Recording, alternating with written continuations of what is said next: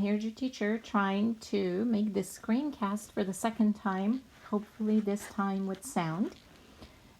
So today we're going to continue to work on parallel structure, and this is the one aspect of parallel structure that I particularly love the most, in great part because a lot of people are not aware that this is something that matters in language, but those who are aware and recognize it will really give you props for being able to do it correctly, and also will see it when you're not doing it correctly. And hopefully this is also one aspect of parallel structure that you have not actually been taught or haven't worked on in previous lessons on parallel structure, which I know that some of you have done. Okay, just to get to the point, so today we're going to work with parallel structure in relation to something called correlative conjunctions. In a document that you should have in Google Classroom that's called Parallel Practice 1 or 2, I forget, whatever's on the agenda today, you have this document where at the very beginning I would take a highlighter and actually highlight this list of correlative conjunctions. There are others besides these, but these are the most common ones, and they're very familiar to all of you. Either or, neither nor, both and, not only but also, whether or, as, and not but. Okay, how are these related to parallel structure? Very simply, whenever you're using those correlative, they're pairs, those pairs of correlative conjunctions, you are expected to use or to apply the rules of parallel structure, meaning whatever part of speech or kind of clause or phrase follows each one of these. For example, either should also follow or. So you don't want a noun following either if a verb is following or. You don't want an adjective following neither, but a noun following nor, and so on and so forth. Okay, here's some examples to make that a little bit more clear. For example, I like to eat not only bananas, but also to make banana bread. Okay, so here's your correlative conjunctions, not only and but also. Notice how not only is followed by a noun, and but also is followed by the infinitive form of a verb.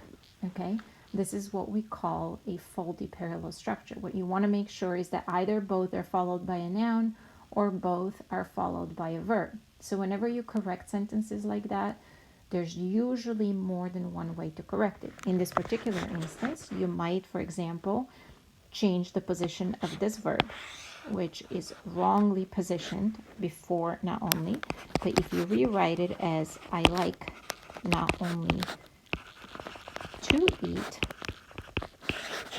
but also to make banana bread. Notice how these correlative conjunctions, both of them, are not followed by a verb.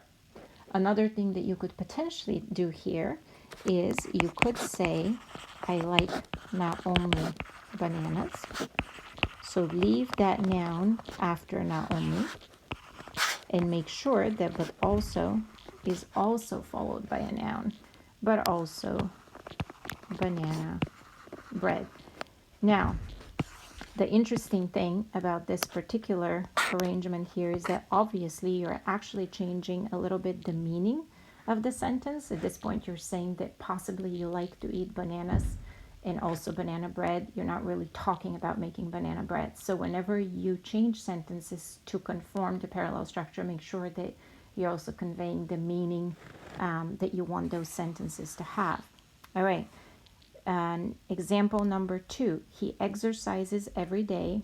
He runs either in the morning, correlative conjunction, or goes to the gym in the late afternoon. Notice how either here is followed by a prepositional phrase and or is followed by a verb. Obviously a problem. One way to fix this particular sentence is move the verb so that it comes after either. So he either runs in the morning or goes to the gym in the late afternoon, and so on and so forth. Okay, let's see. This particular sentence, would it have a different way of sounding better? Not really. I mean, you can say he runs either in the morning or in the gym, but in that case you're saying he's running in both places and maybe he's doing something else in the gym. So in this particular instance, really the only decent solution is to move that verb runs. All right, one more. After being abandoned by her parents, she felt neither anger nor did she experience a need for revenge. Neither here is followed by a noun, and nor is followed by a verb. This looks kind of funky, but it is actually the past tense of the verb experience, and this is a correct construction. I won't go into it, but very often when you use nor, you do this kind of curious inversion of the verb as if it's in the past tense. Now, a couple of ways to fix that particular sentence. You can move this verb so that both neither and nor are followed by verbs. So you can say she neither, sorry, I can't really write on this thing. She neither felt anger nor, so neither felt nor did she experience. And by the way, you can also say here nor experienced if you like. If this sounds funky to you, you can also just do the simple past tense. So notice how now you have essentially two verbs following these correlative conjunctions. Okay. Another possibility here is you can eliminate the verb from this. Experiencing and feeling are fairly close in meaning, so you could argue that you don't need to repeat both. So you can say she felt neither anger nor a need for revenge. So notice here how neither is followed by a noun, nor is also followed by a noun. So in a lot of cases, when you have parallel structure, there's more than one way to fix them. That's kind of the beauty of it. Sometimes you have to attend to the meaning and be mindful of what it is that you're actually trying to say. And sometimes you have to stick, or rather you have the option of doing it a couple of different ways. Okay, so after you've listened to this, if you need to go back and listen to my explanations a couple more times, please go back to the other document that is in your Google Classroom, Parallel Practice 2. Read through these examples because they have some really excellent examples, including on the second page, these little yellow boxes with faulty sentences and then different ways to correct them.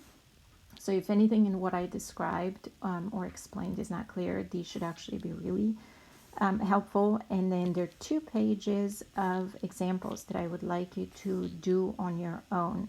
And then after you've done them, we're going to get together on Zoom and check them together. So look at your agenda for that. Okay. So I'll see you soon. Bye.